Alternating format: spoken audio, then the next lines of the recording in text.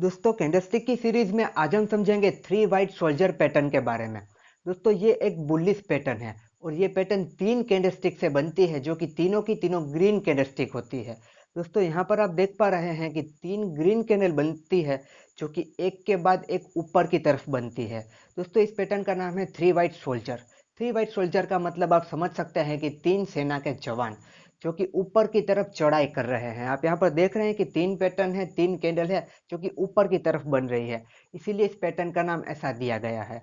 दोस्तों आपको अगर एक डाउन ट्रेंड के बाद बॉटम पर ये पैटर्न मिलती है और उसके बाद कंफर्मेशन मिलती है तो आपको ज़रूर से एक अप ट्रेंड देखने को मिल सकता है। पर दोस्तों इसकी रिक्वायरमेंट यही है कि तीनों की तीनों ग्रीन कैंडल होनी चाहिए और एक के बाद एक ऊपर की तरफ बननी चाहिए। और दोस्तों ज़रूरी नहीं है कि आपके रियल ट्रेड में ये पैटर्न आपको ऐसी ही दिखेगी। दोस्तों ये पैटर्न इस तरह से भी बन सकती है। यहाँ पर हमारे एग्जाम्पल में ये पैटर्न के बीच में थोड़ा गैप है, पर ज़रूरी नहीं है कि आपके पैटर्न के बीच में भी गैप हो।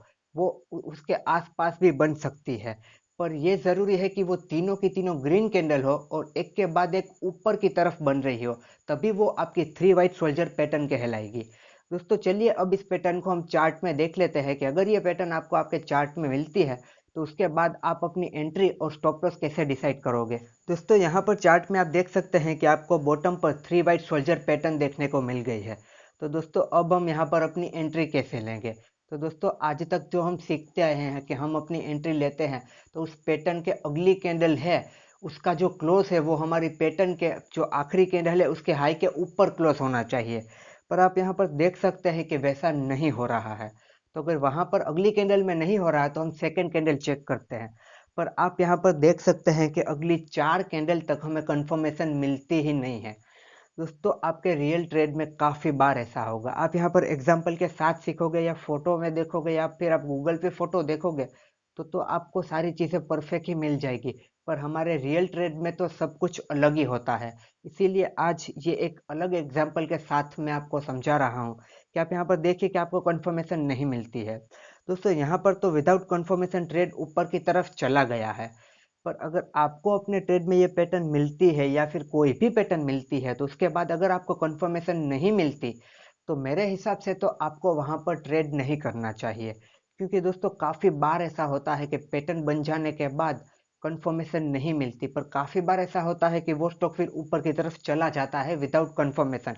क्योंकि अगर दो तीन कैंडल में कंफर्मेशन नहीं मिलती तो फिर हमें वहां पर ट्रेड नहीं लेना चाहिए। पर काफ़ी बार होता है ऐसा कि वो फिर भी ऊपर चला जाता है। और काफ़ी बार ऐसा भी होता है कि हमें पूरी कंफर्मेशन मिल जाने के बाद भी वो ट्रेड ऊपर की तरफ नहीं जाता, वो स्टॉक नीचे की तरफ गिरने लगता है। तो दोस्तों आपके रियल ट्रेड में, एक्चुअल ट्रेड में तो आपको पता होगा कि ये चीज़ें होंगी ही। क्योंकि आपको कोई भी पैटर्न या कोई भी आपको टूल या कोई भी आपका एनालाइज आपको स्टॉक मार्केट में 100% रिजल्ट कभी नहीं देगा, ये आपको पता होगा। तो काफ़ी बार ये चीज़ें होंगी। तो दोस्तों अगर इस तरह से आपको पैटर्न मिलती है तो आपको मेरे हिसाब से तो वहाँ पर ट्रेड नहीं लेना चाहिए। अब दोस्तों आपकी एंट्री की बात तो यहाँ पर रह जाती है क्योंकि यहाँ पर हमें कंफर्मेशन ही नहीं मिलती। पर आपको पता है कि अगर आपको कंफर्मेशन मिलती तो आप वहाँ पर एंट्री कैसे लेते। आप अगली कैंडल का जो क्लोज है वहाँ पर आप अपनी एंट्री ले लेते। और दोस्तों स्टॉप लॉस आपको यहाँ पर ये जो लो है यहाँ पर अपना स्टॉप लॉस लगा देना है। दोस्तों स्टॉप लॉस लगाना बहुत ही ज़रूरी है, बहुत ही ज़्यादा ज़रूरी है। ट्रेड में ज़्यादा लॉस ना हो उससे बचने के लिए तो हमेशा आपको स्टॉप लॉस तो लगाना ही चाहिए। और दोस्तों बात रही टाइम फ्रेम की तो वो आपको आपके ट्रेड के हिसाब से सिलेक्ट करनी है कि आप कौन सा ट्रेड ले रहे हैं। आप अगर इंट्राडे ले रहे हैं, आप स्विंग ट्रेडिंग कर रहे हैं, आप पोजिशनल ट्रेडिंग कर रहे हैं, आप शॉर्ट टर्म ट्रेडिंग कर रहे हैं, उस हिसाब से आपको टाइम फ्रेम सिलेक्ट कर लेनी है। आई होप दोस्तों आपको ये पैटर्न सही से समझ में आ गए होंगे और आप इन सारी पैटर्न की प्रैक्टिस करते होंगे।